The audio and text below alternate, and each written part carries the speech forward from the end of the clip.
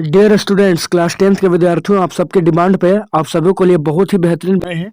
और इस वीडियो में हम लोग देखने वाले हैं ट्रैवल एंड टूरिज्म यानी कि टूरिज्म एंड हॉस्पिटैलिटी का बहुत ही इंपॉर्टेंट सब्जेक्टिव क्वेश्चन। जी हाँ दोस्तों, ऑब्जेक्टिव तो आपको करा ही रहे हैं, आप प्लेलिस्ट में चेक कर रहे ही होंगे। लेकिन इस वीडियो में हम लोग देखने वाले हैं मोस्ट इंपॉर्टेंट 15 से 20 सब्जेक्टिव सवाल जो आपके एग्जाम में डायरेक्ट फंसने वाले हैं। ठीक है, बहुत ही अच्छे अच्छे लेवल के प्रश्न बच्चों। और फाइनली आप जब एग्जाम देके आएंगे तो आप जरूर एक बार धन्यवाद देंगे हमें, क्योंकि इतना अच्छा अच्छा क्वेश्चन आप सभी के सामने प्रोवाइड करने जा रहे हैं। और बिल्कुल आप सभी को एक बार लेक्चर सिर्फ सुन लेना है आराम से, ध्यान से, क्योंकि इतने अच्छे ढंग से मैं समझाऊंगा कि आप सभी को आसानी से समझ में सारे सवाल आ जाए। क्योंकि टूरिज्म एंड हॉस्पिटैलिटी के जितने भी सवाल होते हैं बहुत ही थोड़ा मतलब कि आप कह सकते हैं थोड़ा टिपिकल टाइप के सवाल होते हैं, लेकिन मैं आप सबों के लिए बहुत ही बेहतरीन नोट्स तैयार करके लाया हूँ। ठीक है, दिन भर मुझे लगा है इसको बनाने में, और मैं जैसे वादा किया था कि आप सबको शाम तक प्रोवाइड करूंगा, तो ये मेरा फर्स्ट वीडियो है। लेकिन आपको दो या तीन वीडियो और मिलेगा, ठीक है, सब्जेक्टिव का, और ऑब्जेक्टिव का भी 2 वीडियो और मिलेगा। आप सिर्फ इतना अगर देख लेते हैं, यानी कि आप 2 ठो ऑब्जेक्टिव और कम से कम 3 ठो सब्जेक्टिव और, यानी कुल मिला के 5 वीडियो आपको आएगा, 5 वीडियो और आएगा टूरिज्म एंड हॉस्पिटैलिटी का, जिसको आप आसानी से देखिए और पूरा फुल मार्क्स लेकर आइए बच्चों। ठीक है, तो चलिए हम लोग देर ना करते हुए वीडियो को स्टार्ट करते हैं। देख लीजिए क्या लिखा हुआ है। JAC board exam 2025 tourism and hospitality, exam date जो है 11 तारीख को आपका है। ठीक है, और चलिए हम लोग देखते हैं। पहला सवाल यहाँ पर बोला गया आरक्षण क्या है। ठीक है, आरक्षण यहाँ पर क्या है पहला, तो देखिए आरक्षण क्या होता है, यानी कि होटल उद्योग में एक निश्चित अवधि के लिए, होटल उद्योग में एक निश्चित अवधि यानी समय के लिए, यानी होटल उद्योग में एक निश्चित अवधि के लिए एक विशिष्ट प्रकार के अतिथि कक्ष को सुरक्षित रखना ही आरक्षण कहलाता है। यानी कि एक विशिष्ट समय के लिए अतिथि कक्ष को अगर सुरक्षित रखा जा रहा है बच्चों, तो उसको क्या बोला जाएगा, आरक्षण कहा जाएगा। ठीक है, पर्यटन में एक कंप्यूटर आरक्षण प्रणाली लगभग उसी तरह काम करती है जिससे ट्रैवल एजेंसियों को आसानी से पर्यटन और यात्राएं आयोजित करने में मदद मिलती है। और आप कह सकते हैं कि पर्यटन में आरक्षण का एक विशेष महत्व होता है। आरक्षण से अतिथियों को छूट भी मिलने की संभावना होती है। ठीक है, तो कुल मिला के आरक्षण क्या हुआ, एक निश्चित अवधि के लिए अतिथि कक्ष को सुरक्षित रखना की जो प्रक्रिया होती है उसे आरक्षण कहते हैं। और आरक्षण इतना इंपॉर्टेंट है कि इसके वजह से कुछ ना कुछ जो आपका अतिथि होगा उसको छूट मिलने की संभावना होती है। सेकंड क्वेश्चन हम लोग देखेंगे कॉकटेल। ठीक है, कॉकटेल क्या होता है, ये भी बहुत डिमांड वाला क्वेश्चन है, कई बार एग्जाम में बना हुआ है। तो चलिए देखते हैं कॉकटेल क्या। तो बियर, ठीक है, बियर, शराब आदि अल्कोहलिक ड्रिंक्स को बनाने वाली ड्रिंक को कॉकटेल कहा जाता है। यानी कि बियर हो गया, शराब हो गया, जैसे अल्कोहलिक यानी इसमें अल्कोहल होता है, और अल्कोहलिक ड्रिंक्स जो होती है उसको बनाने वाली ड्रिंक को, माने जो अल्कोहल वाला ड्रिंक को बनाता है उसको कॉकटेल कहा जाता है। और कॉकटेल ड्रिंक बनाने के लिए शराब, बियर आदि को फ्रूट यानी फल, जूस या सोडा के साथ मिलाया जाता है। ठीक है, कॉकटेल जो बनाया जाएगा उसको क्या करेंगे हम लोग, तो शराब के साथ, बियर के साथ आदि को फ्रूट यानी फल के साथ या जूस और सोडा के साथ मिलाया जाता है। यह एक उत्तेजक शराब होता है। कॉकटेल का इतिहास 19वीं सदी से शुरू होता है, जब यह शब्द पहली बार 1806 में छपा था। आगे हम लोग कॉकटेल के बारे में कुछ और जाने, तो कॉकटेल में फलों के रस होते हैं, सोडा, चीनी और कड़वे पदार्थ भी मिलाए जाते हैं। फिर है, इसे अक्सर एक अनोखे और स्वादिष्ट पेय के रूप में, यानी कि पीने वाले पदार्थ के रूप में देखा जाता है।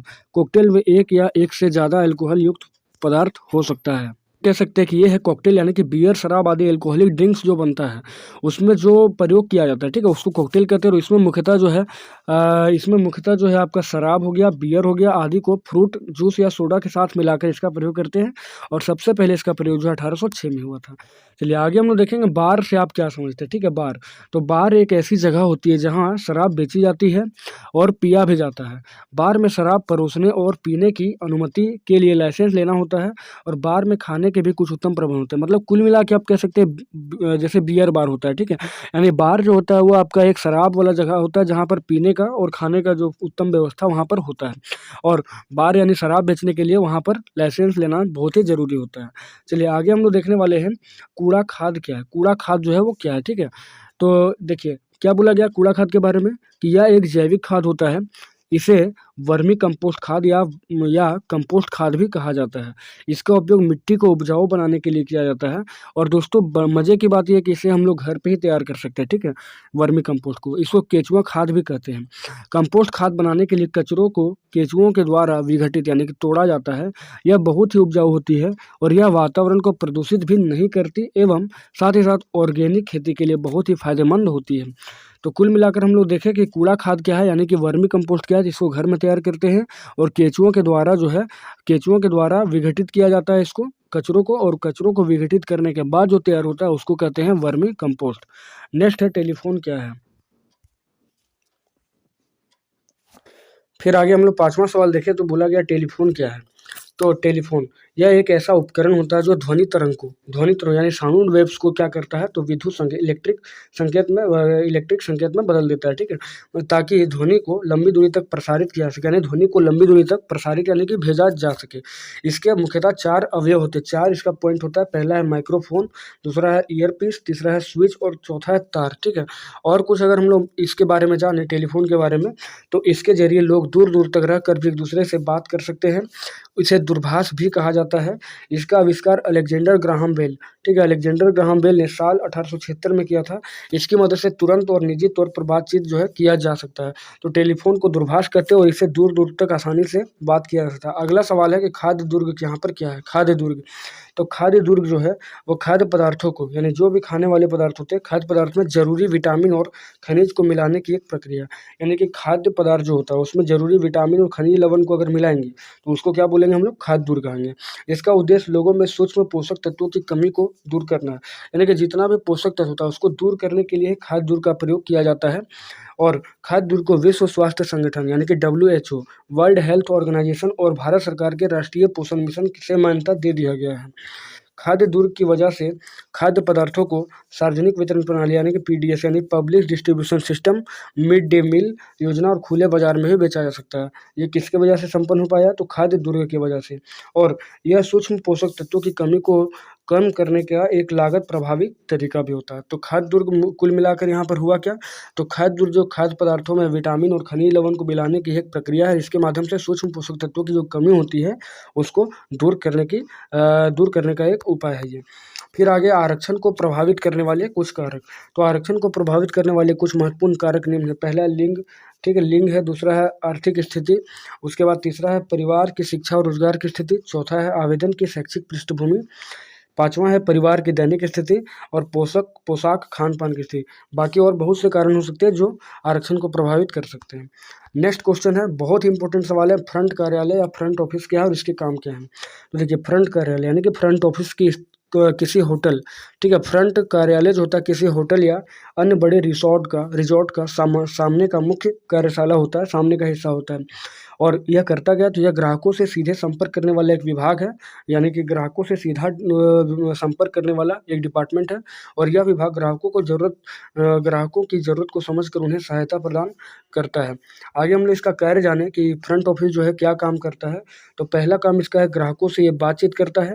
दूसरा उनकी समस्या को सुलझाता है, यानी कि ग्राहकों की समस्या को सुलझाता है। ग्राहकों को ये सलाह देने का काम करता है। फिर ग्राहकों से फीडबैक भी लेता है कि जो भी सर्विस किया गया है इसके द्वारा वो मतलब कि कुल मिलाकर वो सर्विस कैसा रहा, यानी फीडबैक लेता है, यानी कमी या बेसी जो भी हुआ है इसका फीडबैक लेता है। फिर है ग्राहकों को बिल देता है। तो ग्राहक जो भी चीज़ वहाँ पर लेता है उसको ये बिल देने का काम करता है फ्रंट ऑफिस। फिर है चेक इन एवं चेक आउट की प्रक्रिया को संभालना है, यानी कि जैसे चेक इन होता है, जैसे कि कोई इंटर करता है तो वहाँ पे चेक इन किया जाता है और जैसे ही कोई सामान लेकर बाहर जाता है उसको चेक आउट कहते हैं। तो चेक आउट और चेक इन की प्रक्रिया को संभालने का काम करता है। फिर आप कह सकते हैं इससे जनसंपर्क करता है ग्राहक से और बिक्री और मार्केटिंग करने का काम करता है। तो कुल मिलाकर फ्रंट कार्यालय का बहुत सारा काम होता है। अगला क्वेश्चन बोला गया है ट्रैवल एजेंट यहाँ पर क्या है और उनके कार्य क्या होते हैं। ट्रैवल एजेंट, ठीक है, तो देखिए ट्रैवल एजेंट जो है यात्रा करने वाले लोगों को, जो भी बंदा यात्रा करता है, यानी जो भी यात्रा करते हैं, तो ट्रैवल एजेंट यात्रा करने वाले लोगों को यात्रा की व्यवस्था करने में मदद करने वाला व्यक्ति होता है। यह यात्रियों और ट्रैवल सप्लायरों के बीच मध्यस्थता का काम करता है, यानी यात्री और ट्रैवल सप्लायर जो होता है उसके बीच में मध्यस्थता करने वाला आदमी कौन होता है, तो उसे ही ट्रैवल एजेंट कहते हैं। और इसे ट्रैवल एडवाइजर भी कहा जाता है क्योंकि यह यात्रियों को एडवाइजरी यानी कि सलाह भी देता है। फिर इसका कुछ काम है ट्रैवल एजेंट का, उसको भी देख लेते हैं हम लोग। तो यात्रियों की यात्रा संबंधी ज़रूरत और प्राथमिकताओं का पता लगाना इसका काम है। फिर यात्रियों की बजट के हिसाब से यात्रा विकल्प की सलाह देना, यानी कि यात्रा के पास कितना बजट है, कितना पैसा है, तो उस हिसाब से इसको सलाह देता है कि आपको जो है कौन सा गाड़ी में जाना चाहिए, कौन सा होटल में जाना चाहिए, ये सारी चीज़ों को जानकारी वही देता है ट्रैवल एजेंट। फिर आगे देखेंगे हम लोग तो यात्राओं से जुड़ी जानकारी देना, यानी कि कब जाना है, कहाँ तक पहुँचना है, कब जो है गाड़ी पहुँचा देगा, इस सब चीज़ की जानकारी जो है वो यात्रियों को देता है। फिर है पासपोर्ट, वीज़ा और बीमा की जानकारी देना। फिर है किसी भी समस्या का समाधान करना, यानी कि जो यात्री होता है, यात्री का जो भी समस्या है, कुछ भी समस्या अगर आ रहा है तो उस समस्या का समाधान करना ट्रैवल एजेंट का काम होता है। फिर है यात्रा का पैकेज बनाना। तो कुल मिलाकर ट्रैवल एजेंट जो है वो क्या होता है, तो यात्रियों को जो है इस मदद करने वाला व्यक्ति जो होता है वो ट्रैवल एजेंट कहते हैं। इसको ट्रैवल एडवाइज़र भी कहा जाता है। और यह जो है वो कई मायनों में बहुत ही बेहतरीन काम करता है और जो यात्री होते हैं उनको एडवाइज़र देने का काम करता है और बहुत सारे कामों को सँभालता है।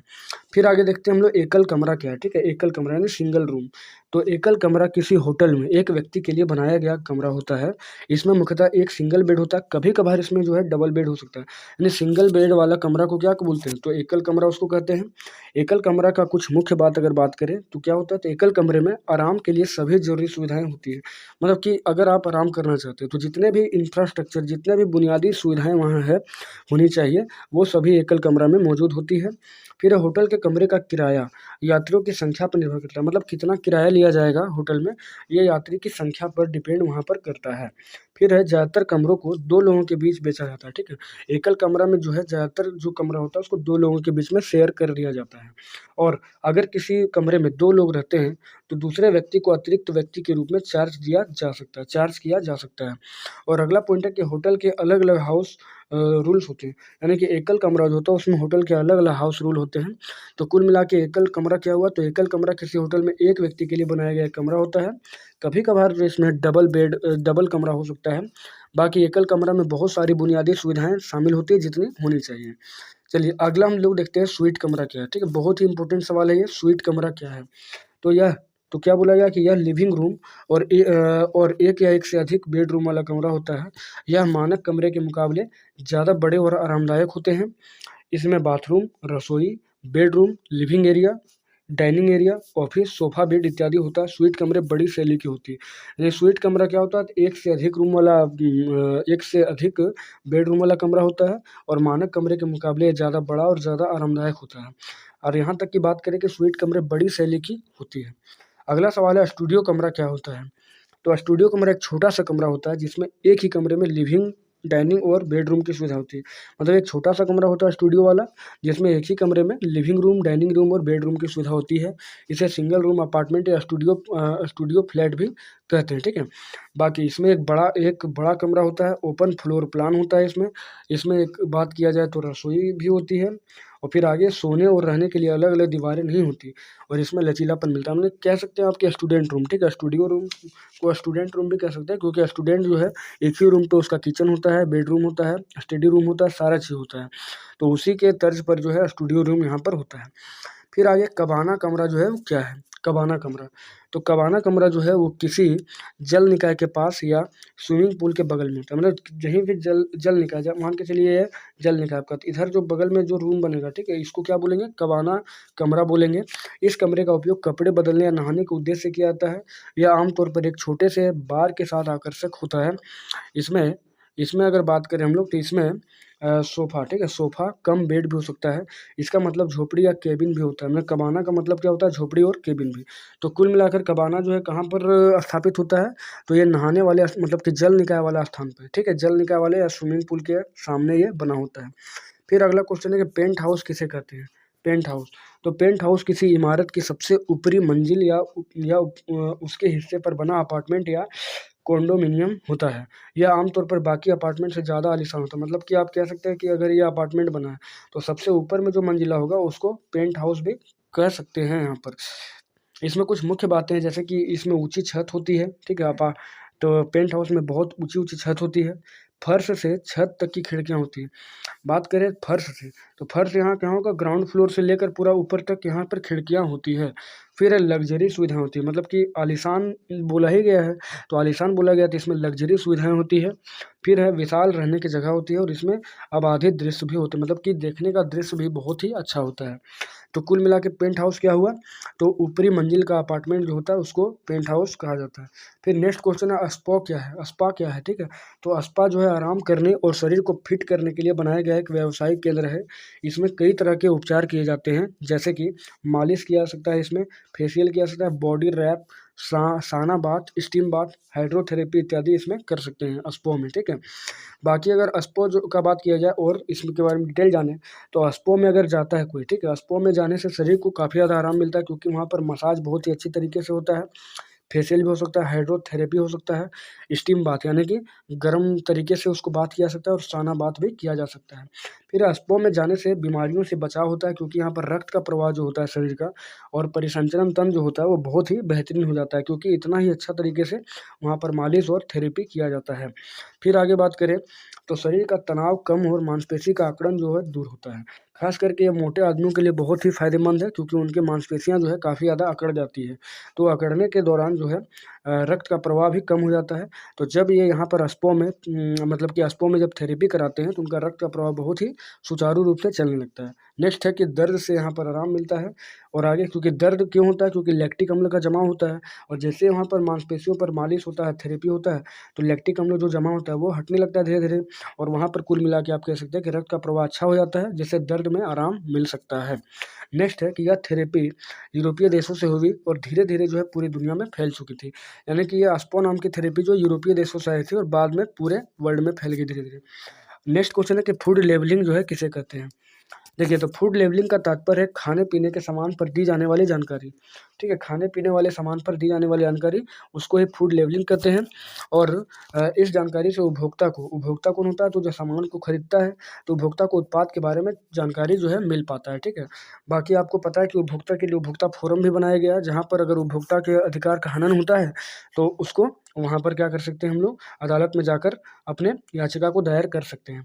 अब देखिए, यहाँ फूड लेबलिंग के बारे में कुछ और बातें दी गई है, जैसे कि इससे जो उपभोक्ताओं को सेहतमंद चीज़ें चुनने में मदद मिल जाती है। उसके बाद अगला है कि खाद्य लेबलिंग से खाद्य नियम और नीतियों को पालन करने में मदद मिलती है। और नेक्स्ट है कि इससे खाने की सामग्री की पहचान और उसके बारे में जानकारी अच्छे तरीके से मिलती है, और पोषक तत्वों की भी जानकारी मिल जाती है। तो अगर फूड लेबलिंग होता है, तो ग्राहकों को यानी उपभोक्ताओं को बहुत ही अच्छी तरीके से फ़ायदेमंद होता है, जैसे कि पोषक तत्वों की जानकारी मिल जाती है, उपभोक्ता को सेहतमंद चीज़ें चुनने में मदद मिल जाती है, इसलिए फूड लेबलिंग तो होना ही चाहिए। नेक्स्ट क्वेश्चन है, और इस वीडियो का जो है अंतिम सवाल है बच्चों, ठीक है, इस वीडियो का। बाकी आपको पार्ट 2 और पार्ट 3 में आपको फिर कुछ मोस्ट इंपोर्टेंट जो है सब्जेक्टिव सवाल आपको मिलेंगे। तो देखते हैं इसमें। तो ये डीलक्स लास्ट क्वेश्चन है इस वीडियो का कि डीलक्स क्या है? तो डीलक्स का अर्थ होता है विशेष भव्यता, वैभव या उत्कृष्टता। डीलक्स शब्द का इस्तेमाल जो है किसी ऐसी चीज़ के लिए किया जाता है जो उच्च या उच्चतम गुणवत्ता का हो। मतलब कि आप कह सकते हैं डीलक्स जो है ना, वो उच्च गुणवत्ता की चीज़ों के लिए इस्तेमाल किया जाने वाला एक वर्ड है पर्यटन में, ठीक है? तो ये रहा आपका इस पार्ट 1 सब्जेक्टिव का। आई होप ये वीडियो आपको बहुत ही अच्छा लगा होगा। तो एक प्यारा सा कमेंट ज़रूर कीजिएगा कि वीडियो कैसा लगा और आपको समझ में आया है, कुछ सीख पाए हैं, तो चैनल को ज़रूर सब्सक्राइब करेंगे, और वीडियो को शेयर करें ज़्यादा से ज़्यादा, और बेल आइकन को ज़रूर प्रेस करें दोस्तों, क्योंकि अभी आपको एक से एक वीडियो मिलने वाला है, जिससे आपका एग्ज़ाम जो है धुआंधार तरीके से जाएगा। और यहाँ तक कि टूरिज़्म का ही नहीं, बल्कि आपको हिंदी का सारा चीज़ प्रोवाइड करेंगे, व्याकरण व्याकरण के साथ-साथ, प्लस आपको फिर इंग्लिश का, मैथ का, साइंस का, सोशल सभी का आपको एक बेहतरीन सॉल्यूशन मिलेगा। और यहाँ तक आपको एक बता दें कि सोशल साइंस का जितना भी ऑब्जेक्टिव क्वेश्चन है, लगभग 17 वीडियो बना हुआ है। साइंस का ऑब्जेक्टिव के लिए 20 वीडियो बना हुआ है, सभी को आप वॉच करें। और हिंदी का भी आपको 10 वीडियो मिल जाएगा। बाकी आपको इंग्लिश का कुछ ही समय के बाद आपको जैसे एग्जाम सामने आएंगे, सारे वीडियो आपको प्रोवाइड कर दिए जाएंगे, ठीक है? तो चलिए दोस्तों, मिलते हैं आपसे एक नेक्स्ट वीडियो में। तब तक जय हिंद, जय भारत।